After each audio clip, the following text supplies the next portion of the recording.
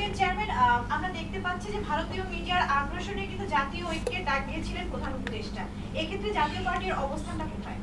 এখন ওনারা তো আমাকে আর ডাকেন নাই, কি উদ্দেশ্যে উনি ডেকেছেন সেটা তো আমি বুঝতে পারিনি। আমার কাছে মনে করে ভারতীয় আগ্রাসন, এটার জন্য এটা তো একটা খুব স্বাভাবিক কথা।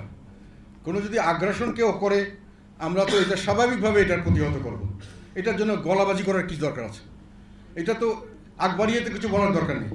আমাকে 1 ইঞ্চিও ছাড় দেবো না, কে আপনাকে ছাড় দিতে বলছে? কে বা ছাড় দেবে? কেন বা ছাড় দেবে? আমার কি আর্মি নাই? আমরা এতটুকু millions of dollar billions of dollar খরচ করছি, এগুলোর বিষয়ে আমরা কি এমনি করছি নাকি? আমরা দেখছি গত 53 বছরের ইতিহাসে ভারতের সাথে এবারের যে সম্পর্কটা, আমরা বর্তমান সিচুয়েশন সেটাকে বলা হচ্ছে সবচেয়ে নাজুক পরিস্থিতি। এই পরিস্থিতিতে যে পার্টি হিসাবে আপনাদের ভূমিকা আছে? আমরা দেশের স্বার্থে যা কিছু দরকার সবসময় করেছি, এখনো করব। দেশের পক্ষে আমরা থাকি, দেশের পক্ষে সবসময় থাকবো, এটি হলো আমাদের কথা। যে দেশই বাইরে থেকে যদি আমাদের কেউ ক্ষতি করার চেষ্টা করে আমরা তাকে প্রতিহত করার চেষ্টা করব। তার জন্য আমাদের কাউকে কিছু বলতে হবে না। We are ready for it. ধন্যবাদ সবাইকে।